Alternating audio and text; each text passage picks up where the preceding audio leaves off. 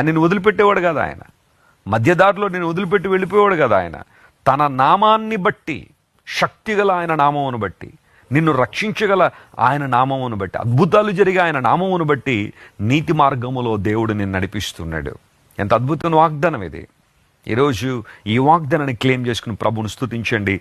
అలసిపోయి సొలసిపోయి ఇరుకున పడిన నీ ప్రాణాన్ని దేవుడు సేద తీర్చడానికి ఆయన ఇష్టపడుతున్నాడు. ప్రార్థన చేసుకుందాం. ప్రేమగల మా తండ్రి, కృపగల దేవానికి స్తోత్రాలు. మా ప్రాణము ఎందుకు సేదతీర్చబడాలో నీ లేఖనాల్లో మేము చూసాం ప్రభువా. మేము ఇరుకున పడి ఉన్నాము. మా ప్రాణం తీయాలని చాలామంది ఉర్లు వడ్డి ఉన్నారు, కపటోపాయములు చేస్తూ ఉన్నారు. ఇలాంటి పరిస్థితుల్లో నీవు మమ్మల్ని ఆదరించకపోతే, నీవు మాకు సేదతీర్చకపోతే మా జీవితాల్లో ఏ విధమైన దీవెన మేము పొందలేం ప్రభువా. ఈరోజు మా ప్రియులు ఎంతమంది అయితే నీ కొరకు ఎదురు చూస్తున్నారో, వారి ప్రాణములు సేదతీర్చబడాలని కోరుతున్నారు, యేసు క్రీస్తు వారి శక్తిగల నామం పేరిట వారి జీవితాల్లో మేలు జరిగించమని కోరుతున్నాం ప్రభువా.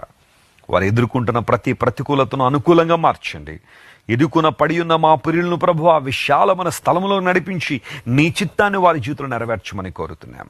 ప్రతి బంధకాన్ని తెంచి, ప్రతి కీడును తొలగించి, మేళ్లతో మా ప్రియులు నింపి వారిని సంతోషపరచమని కోరుకుంటూ యేసుక్రీస్తు నామం పేరిట అడిగి